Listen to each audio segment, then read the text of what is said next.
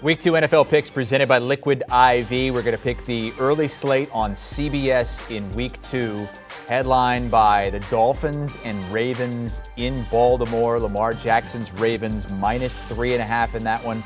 Also the Patriots, a slight favorite on the road at the Steelers against a Pittsburgh team that notched that victory against Cincinnati in a wild one in Week 1. All right. Chris Hassel, Brady Quinn, Pete Prisco. We just had an all-time commercial break discussion. Brady Quinn with one of the greatest quarterback comparisons I've ever heard. Pete, would you like to? It was one of the all-time worst I've ever heard. We're trying to figure out a comparison to Tua. And you compared him to who? Do you compare him to? I said he reminded me a little bit of Dan Fouts.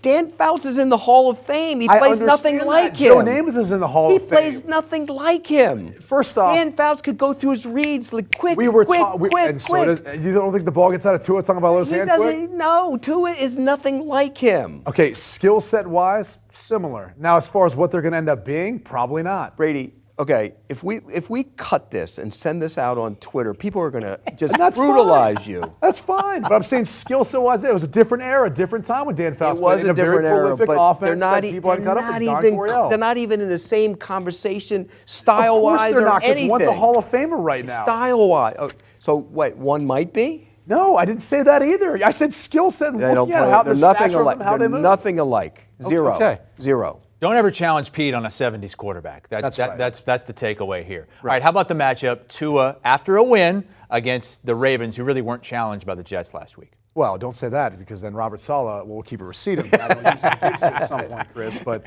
now, look, the reality is, the Miami looked good. I really feel like the offense is a good fit for Tua, his skill set, and what he can do, what they're going to do. They've got a ton of speed. That's got to be a concern, I think, if you're looking at the Ravens secondary and how you're going to match up with Tyreek Hill and Jalen Waddle and the way they get the ball in their hands quick to allow them to do something.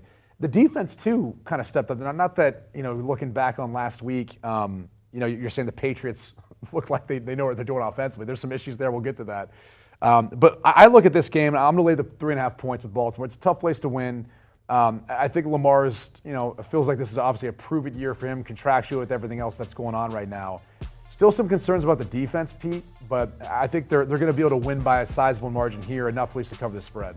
Remember, they went down here and Miami blew them out last year. 22-10, it was the fewest points scored in any of Lamar Jackson's starts in his career. And he looked bad. Really bad in that game. So you're picking? No, I'm picking Baltimore. I think they're going to bounce back because Dan Fouts, as well as he played last week for Miami, he scored one touchdown. Yeah. We're raving about him. Look how great he was. He scored one offensive touchdown. Did I rave about Tua and all that? Everybody else is one offensive touchdown, and that's not a good thing. So I think Baltimore at home in their home opener will be ready for him, and Lamar Jackson's a better quarterback. One thing I brought up with Chris, I'm curious to see what you think about this. We talked about it the other day. Will Lamar run less to protect himself? I don't think so. I think when he gets out there on the field and plays, it's really the nature of what he does.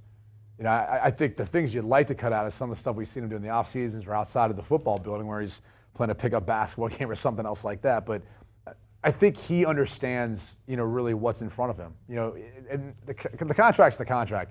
They'll figure that out. They're going to have the franchise tag him after this year. We've seen teams in that situation with Dallas, for example. Dak looked good in the beginning of the year, gets hurt. They still end up having to sign him to that monster deal. It'd be the same thing here with Lamar. I agree. It's already been proven at this point. I mean, heck, look at Deshaun Watson. Didn't even play 1 year. Because he didn't run. Given all the off-the-field stuff he had going on, still got the contract. Didn't run early in the game last week. That was, he didn't need to. Yeah. Do you want a sports network that delivers everything that matters about the game? The highlights, the picks, the instant analysis, no yelling, no fake debates, no politics. Hit the subscribe button and never miss a moment.